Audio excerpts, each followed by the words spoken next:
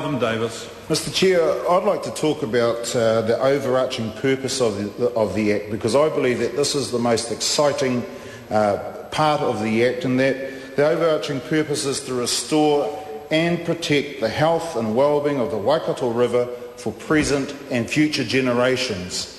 And I think that that is an admirable part of the most admirable part of the Act. Of the bill, and the purpose goes on to say it recognises the significance of the Waikato River to the Ngati Tuwharetoa, Raukawa and Te Arawa River iwi.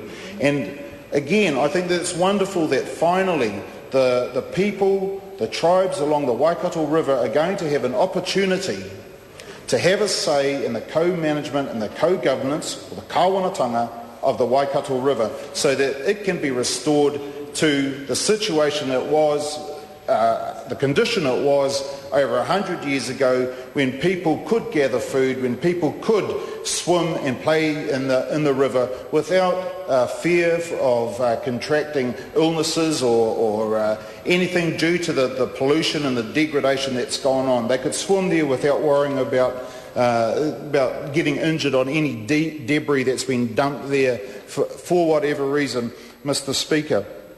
And also, yesterday I heard from the Honourable Rodney Hyde that this bill was a sad day for democracy.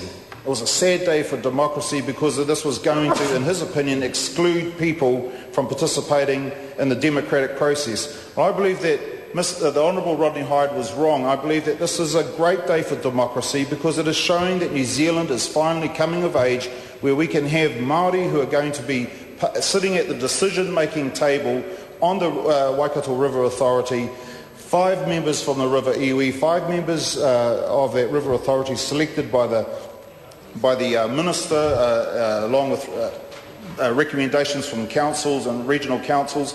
And it's great that there's going to be equal numbers of Māori and non-Māori actually making decisions about the co-governance of this river. So, Mr Chair, I say that this is a great day for democracy. This is an inclusive bill. And it's great to see that New Zealand is coming of age. Mr Speaker, it also is in line with the Declaration of the Rights of Indigenous People. Article 18 says Indigenous peoples have the right to participate in decision-making in matters which would affect their rights through representatives chosen by themselves in accordance with their own procedures. And this allows Māori to choose their representatives. Article 26 of the Indigenous Declaration of Indigenous Rights says Indigenous peoples have the right to the lands, territories and resources which they have traditionally owned. They have the right to own, use and develop and control the lands and territories and resources that they possess. And the states shall give legal recognition and protection to these lands, territories and resources, and such recognition will be conducted with due respect to the customs, traditions and land tenure systems of the Indigenous persons concerned. Mr Speaker, this bill does all that. It allows the tribes along the Waikato River to be able to participate in the governance. That's Ngati Tuwharetoa, Ngati Raukawa, Te Arawa tribes and Waikato Tainui people. Mr Speaker, this is good legislation.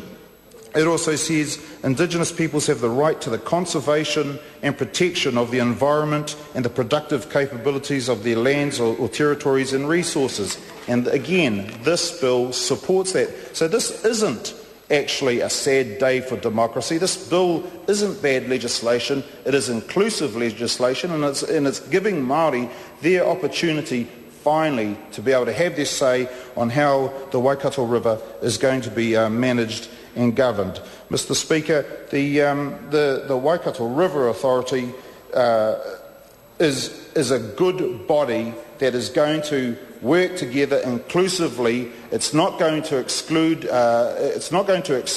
any groups of people. It's a body that is going to listen and to fulfil the needs and dreams of the Waikato people, Mr Chair. Mr Chair, this also establishes the Waikato River Cleanup Trust. That trust is the group that's going to be tasked with the job of actually doing the cleanup, and that also is a good part of this bill, Mr Speaker, and thank you, Mr Speaker. I call the Honourable Parekura.